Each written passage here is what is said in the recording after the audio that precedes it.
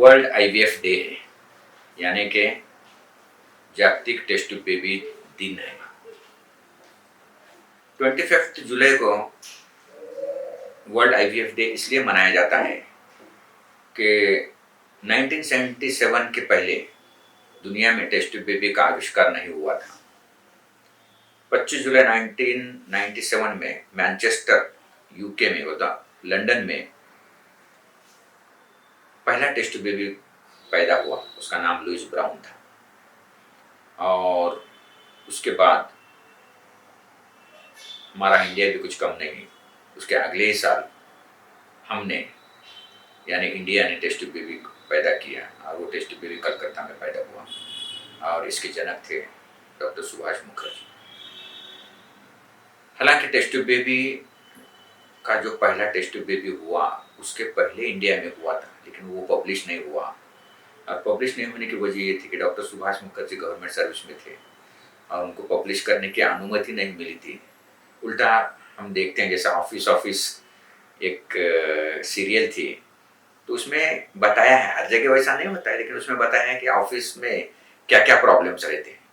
तो doctor Subhash Mukherjee government service में थे और उनको पब्लिश करने के लिए गवर्नमेंट की परमिशन नहीं मिली और उसी वजह से उनका पब्लिकेशन 1 साल बाद हुआ।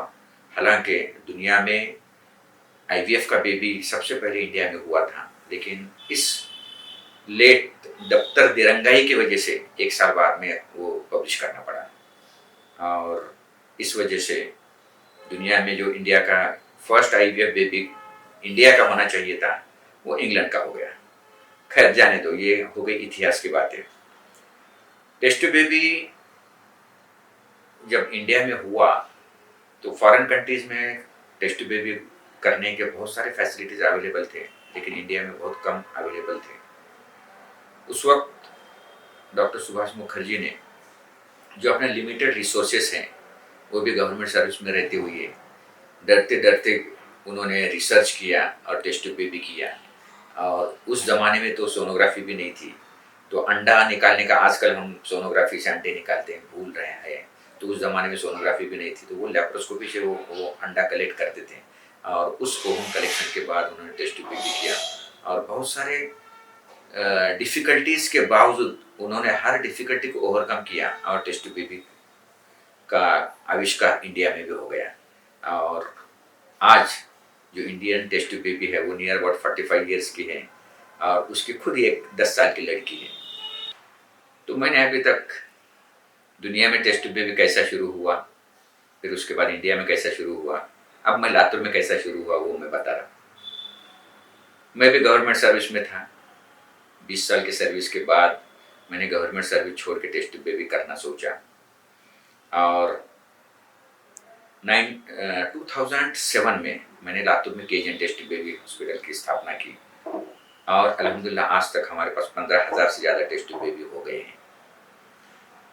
इस टेस्ट बेबी जैसा डॉक्टर सुभाष मुखर्जी को बहुत सारी डिफ़िकल्टी आ गई, वैसा ही मुझे लातूर में भी बहुत सारी डिफ़िकल्टी आ गई। यहाँ पे लिक्विड नाइट्रोजन नहीं मिलता था, ट्रेंड एम्ब्रियोलॉजिस्ट नहीं थे और सबसे बड़ी दिक्कत ये थी कि टेस्ट बेबी में ये सक्सेस रेट 30 to 40% है। और मेरे दोस्त लोग कहीं बोल रहे थे कि अगर तुम टेस्ट बेबी करेंगे और मैक्सिमम 40% भी रिजल्ट आया तो 60% लोगों को अगर टेस्ट बेबी नहीं हो गया और इतनी कॉस्टली ट्रीटमेंट अगर फेल हो गई तो आपकी प्रैक्टिस नहीं चलेगी। लेकिन मेरे सर हैं अनिरुद्ध जाधव सर, उन्होंने एक बार मुझे कहा था कि मैंने उनसे ये डिस्कस किया तो उन्होंने किया कि सीए का एग्ज़ाम जो होता है उसके अंदर सिर्फ 5 to 10% लोग सक्सेस होते हैं। इसका मतलब ये नहीं कि सीए की एग्ज़ाम ही नहीं देना चाहिए। तो सर ने मेरा हौसला बढ़ाया और मैंने टेस्ट बेबी शुरू किया और अल्हम्दुलिल्लाह आज हमारे पास 70 to 80% सक्सेस रेट है। और ये सक्सेस रेट मैं बड़े गर्व के साथ कहता हूँ कि ये टेस्ट बेबी का सक्सेस रेट हमारा पूरे इंडिया में नहीं वर्ल्ड में सबसे ज़्यादा है। हालांकि ये हमने अभी पब्लिश नहीं किया है, लेकिन ये सबसे ज़्यादा हाईएस्ट सक्सेस रेट है। दूसरी बात यह है कि दूसरी डिफ़िकल्टी मुझे इस बात की आई कि सिटी में लोग जो है सो एजुकेटेड रहते हैं, यहाँ पे अनएजुकेटेड लोग थे और इस अनएजुकेटेड लोग में टेस्ट बेबी करना बहुत डिफ़िकल्ट था। सबसे पहले तो बड़ी डिफ़िकल्टी ये आ गई कि टेस्ट ट्यूब बेबी हो तो हमारा खुद का बच्चा नहीं होता, ये किसी दूसरे का होता है। ये बहुत बड़ी डिफ़िकल्टी थी और इस डिफ़िकल्टी को मेरे मिसेज़ ने, डॉक्टर रज़िया शेख ने बहुत अच्छी तरीके से हैंडल किया। उन्होंने टेस्ट ट्यूब बेबी ये खुद का बच्चा होता है ऐसे कुछ बैनर्स, पॉम्पलेट्स वो बनाए। उसके साथ-साथ जहाँ-जहाँ एसटी स्टैंड और रेलवे स्टेशन होते हैं, वहाँ पे हमने टेस्ट ट्यूब बेबी ये खुद का बच्चा होता है, चाहे तो आप डीएनए टेस्ट करके देख सकते हैं। ऐसा हमने ओपन चैलेंज के जैसे हमने बोर्ड लगा दिए। तो फिर लोगों का उसके ऊपर भरोसा बढ़ने शुरू हो गया और उसके बाद बाय चांस बहुत सारे बच्चे तो माँ-बाप जैसे दिखते हैं। जब बच्चे माँ-बाप जैसे दिखने शुरू करे तो लोग हमारे पे भरोसा रखने के शुरू किए कि अरे हाँ, अपना ही बच्चा है, बाप जैसा दिख रहा है, माँ जैसा दिख रहा है। हालाँकि कोई भी डॉक्टर दूसरे का बच्चा तैयार नहीं करता जब तक वो कंसेंट नहीं देते कि कभी डोनर गैमेट लेना है। अल्हम्दुलिल्लाह हम तो डोनर गैमेट का करते ही नहीं और अल्हम्दुलिल्लाह आज तक इतना सक्सेस रेट हुआ है और अल्हम्दुलिल्लाह हमारी पब्लिसिटी भी अभी अच्छी हो गई। लोग हमें मानने लगे हैं और हर साल हम टेस्ट ट्यूब बेबी के बच्चों का एक स्नेह मिलन यानी ईद मिलन कार्यक्रम करते हैं। उसके अंदर आपने देखा है कि इससे पहले भी बहुत सारे लोगों के हमारे इंटरव्यूज़ आए हैं कि वो लोगों को लगता है कि ये डॉक्टर अपने घर के जैसा है और ये सबसे बड़ी हमारी कामयाबी है कि लोग हमारे पे विश्वास करते हैं।